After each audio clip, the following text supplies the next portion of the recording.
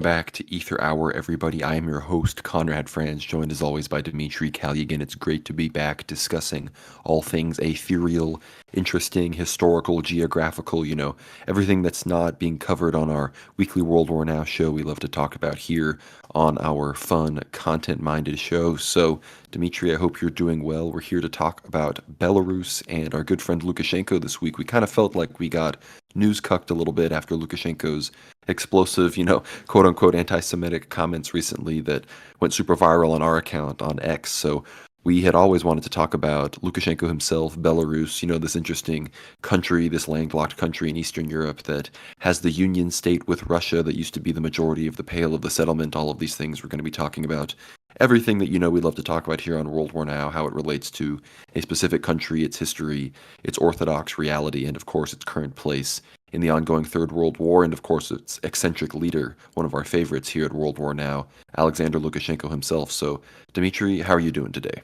Doing great, Conrad, and it's such an interesting subject, one which naturally it would be correct to dedicate an entire episode towards. And so here we are speaking about the president of Belarus, Alexander Grigorievich Lukashenko, and his recent comments. I think it would be wise to just kind of cite himself. And of course, media reports, and the media is united against Lukashenko now for whatever reason at the end of June here in 2024. So on the 16th of June, Lukashenko said the following: "There is a list of 30 suspects here. Forgive me, I am not anti-Semitic, but more than half of the accused are Jewish. Do these people have a certain privilege in Belarus? They should be treated and have the same privileges as the Polish, as the Russians, Belarusians, and they should all be equal in my country." So, the very interesting quote there. And of course, all the media sources, despite the fact that he only pointed out that he did have a list of, people charged with corruption in front of him, and more than half of them, so we're talking 15 plus, were at least of a certain Jewish origin. And it would be really curious because you would look at the Belarusian population of 9.5 or so million people and really consider the fact that, well, how many of the 9.5 million are of, say, Jewish or Israeli Ashkenazi origin? And you come to the conclusion that not many, in fact, less than 20,000. So what is the ratio there? Well, I mean, we're not really getting into the math on this episode, but we will be discussing Belarusian history as well as Lukashenko's history with these particular people, as well as his previous statements, which I think highlight, just some of his attitudes towards this powerful elite, which used to run Belarusian affairs quite intensely. Historically, of course, we know that Belarus was one of the many heartlands of the Russian people. In the 1200s, unfortunately, it was overtaken by the Lithuanian Commonwealth, which at the time, the Lithuanian princedom was mainly pagan. At the top, they're essentially this weird Baltic, Finno-Ugric, what you could call possibly semi-Germanic horsemen people who were pagan in origin. They weren't Roman Catholics, and they took over the Belarusian lands, essentially ruling them from the top. They were only made up between 5 to 10% of the population, so similar to the Khazarian Khaganate. And the Belarusian people, who the majority of which were farmers, fell under their influence, and Belarus became a part of Lithuania, or at least fell under this Lithuanian yoke. This is why Belarus was never really under the yoke of the Mongol invaders, because the Lithuanians essentially kept them safe. And of course, eventually Belarus was liberated from Poland and Lithuania in the 1600s by the rising Tsardom of Russia. And eventually, the real interesting thing began to develop, which was the migration, mostly for economic reasons, of Ashkenazi Jews from Germany and from Poland, in order to, say, work the land in terms of being the landowners, right? In terms of various business prospects, began moving into cities such as Slutsk, Bialystok, Minsk, especially Minsk, which was at least 50% Jewish by the end of the Russian Empire. And even right before World War II, Minsk was considered one of the most Jewish cities in all of Europe, which is really interesting because we don't really think about Minsk as a naturally sort of Ashkenazi city, but Minsk was one of their, I suppose, homelands, right? And even famous cities like Chernobyl, which we all, if you've watched the Netflix show about that and know about the nuclear disaster in the 1980s, the idea of a Jewish Chernobyl doesn't really come around. But Chernobyl in 1898 was 70% Jewish, which is really curious because, you can kind of trace the descendants of many modern liberal politicians such as Navalny, whose mother came from that Chernobyl region, as well as the current Belarusian liberal politician Svetlana Tikhanovskaya, whose family also comes from northern Chernobyl. So it does bring around some consideration between who are these liberal politicians who oppose Lukashenko, oppose President Putin. What are their, say, early life parameters? Like, where exactly do these people come from? And so we have Lukashenko ruling over this land, which was, Belarus essentially, Conrad, as we know, did not have the easiest time throughout history. Was under various yokes, under various control during the NKVD period of Stalin's purges. It suffered the most. I think what's curious is the Russian population of Minsk was almost entirely purged, especially the upper classes. So the Minsk Russian, Belarusian elite, and we're not talking about members of the Ashkenazi family, was sent to concentration camps or outright shot, executed in the plains and fields of Belarus. So it's calculated that over 85,000 Russian Orthodox Christians of Minsk were killed by the NKVD, specifically by one particular Chekist during the Red Terror of the late 1930s named Boris Berman, who allegedly signed over 50,000 death sentences personally in less than 1 year. So if you can imagine, this guy was just sitting on a desk signing off people to be killed during the reign of Stalin, which is why Stalin definitely isn't a patriot. And the outcome of this was that Belarus was so heavily de-Christianized by the beginning of World War II that in 1941, when Plan Barbarossa was enacted and the Third Reich invaded the USSR, Belarus, the entire Belarusian territory as we see it today, did not have a single Orthodox church on its territory. So nobody could receive communion unless you found a secret church in some catacomb or a cave or maybe a house church. So no, officially all churches, cathedrals, and monasteries were closed by the Soviet regime. So we can see that there was a certain regime in power in Belarus after the revolution, very strongly.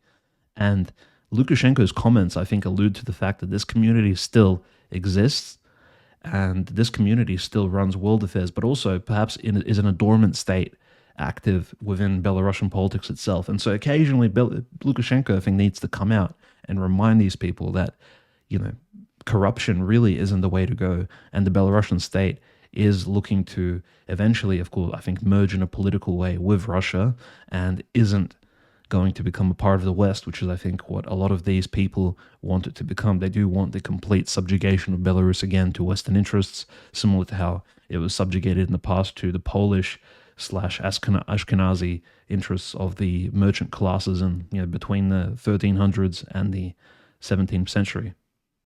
No, I completely agree with the general history analysis of Belarus. It's always been an extremely relevant area for the entire history of Russia. I was just speaking with some Belarusians actually recently, and of course, it's always been, unfortunately, in a lot of eras, whether it was Napoleon or Hitler, it was sort of one of the main paths one of the main paths through which the enemies of Russia waltzed in. It was then initially subjugated, and then the rest of the war was painfully fought out throughout the plains, through and around Moscow, as some of these enemies got closer and closer. Ukraine has also functioned in this capacity as well, but at least Ukraine, at least far western Ukraine, does have some mountains protecting it in some capacity. But between Poland and Belarus, this has been a lot of back and forth between some more European powers in the West and Russia and some of these other players that have gotten involved here. But you mentioned Lukashenko, of course. His comments are what prompted us to do this stream. And I think before we get into some of his other comments, because let me tell you, these are not the first, based on this issue, comments that he has made. We're going to get into all of those, but we should probably just kind of start with a bit of political background on him, because, I mean, if you watch the first, second, third, especially some of the early episodes, we were talking about Lukashenko a lot because he was kind of this megaphone for the Russian nationalist cause, as Putin clearly was keeping things close to the chest. Of course, we remember Lukashenko playing such a critical role in the Prigozhin rebellion disaster that is still so shrouded in mystery to this day. But I think to go back to the very beginning, we got to talk about, some early things even in the 90s, because remember, Lukashenko, they call him Europe's oldest dictator. He's been in power for over 30 years now as of 2024, which is quite the feat, especially for a small, post-Soviet country, 10 million people, landlocked, very much subject to the geopolitical whims of NGOs and, frankly, world Jewry. Obviously, we know about the 2020 color revolution that was attempted against Lukashenko. And of course, we just know, if you've paid attention, especially it's ramped up since 2022 in the SMO, the people that control the media, and we know who those people are, especially, those are the people that Lukashenko was talking about in his comments.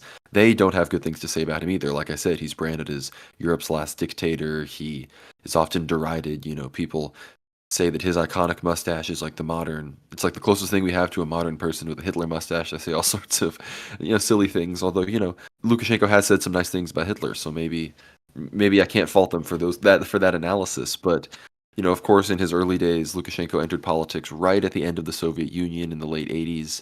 Some of his origins are shrouded in a bit of mystery. There's rumor that his father was a gypsy or something, but he was raised by a single mother. But some of the most interesting early years of his politics, after he won his election in 1994, became president of Belarus, it's understood that one of his first political machinations, we know that in 1997 he signed the Union State with Boris Yeltsin in Russia, which is still a very interesting piece of political technology that connects Russia and Belarus with a sort of loose understanding that eventually they will be reunited as one country. That still hasn't happened yet, but Lukashenko planned effectively in 2000, after Yeltsin was out, that instead of, we know what happened really was Putin came to power, and here we are. But Lukashenko had a plan to basically, before that election went through, fully unite Belarus and Russia, and then run in the election and become the president of the united Russia-Belarus, which who knows how history would have gone if things had gone differently. In our previous episodes, we talked about some of the Zhuganov stuff and, his background and some of the things that went down with his party and how certain players ensured that other people got into power. Dmitry, I think, will talk a little bit about that. But yeah, Lukashenko, he has always been quite the interesting political animal. I think that's why he's one of our favorite characters in the World War Now extended universe. We'd love to have him on for a conversation someday. No, absolutely. I think Lukashenko, as a sort of shrewd politician, somebody who experienced, has as much experience in the political game of Eastern Europe as perhaps Putin, maybe even more. I would say more, because we are moving to the 30th anniversary of Lukashenko's involvement in politics, sort of on a large scale. On the 20th of July would be his 30 years since his first inauguration in 1994. So this episode really comes out at a timely period. But what do we know about Lukashenko's potential, run for the Russian election? Because yeah, he does come from a союзное государство, like a union state, a great ally of Russia, and Belarus, of course, has very, very many connections to Russia. Not only because Belarusians are essentially ethnically Russian, just living on a different territory, and even the territory is not really connected by any geographical landmarks of any sort. For example, the transition between the Russian Federation and Belarus is it's not noticeable as you drive down the road. There aren't any checkpoints or anything, and also the landscape is exactly the same. The people have the same DNA, and even the culture is fairly similar. It only becomes slightly different as you get into the western Belarusian regions. You do notice some Polish influence and Lithuanian influence there. But what's curious is in 1996, that famous second election of Boris Yeltsin, his main runner-up, the opposition member, and of course the leader of the opposition in that election, was Gennady Zyuganov. You may have heard that name before. We mentioned him on the David Patrick Harry show recently, Kotel.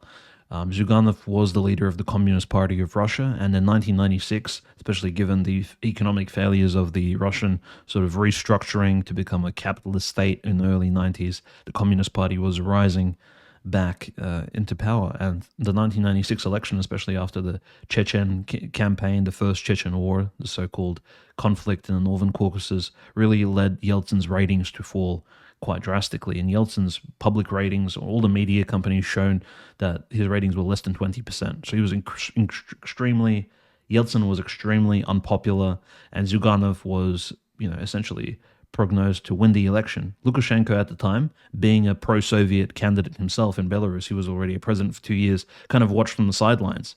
And I think what he witnessed take place in Russia essentially precluded him from taking any steps in terms of himself, of course, balloting for the Russian election in the future, because what he witnessed was an oligarchic, shall we say, Ashkenazi cabal take over Russian politics through the Yeltsin administration, through Yeltsin's son-in-law, his daughter, as well as everybody related, and Yeltsin's friends. People, literally oligarchs, showed up to Yeltsin's house and told him that if you make this deal with us, regarding the capitalistic, really, I would say, corrupt auctions that we've set up selling various post-Soviet businesses, we will win you the election. And I'm summarizing this very, very much, but there was a deal struck between the 7 bankers, so-called, most of which were from, Thank you for listening to this free segment of the Aether Hour. For the full subscriber-only episode, make sure to check out our World War Now Substack in the video description.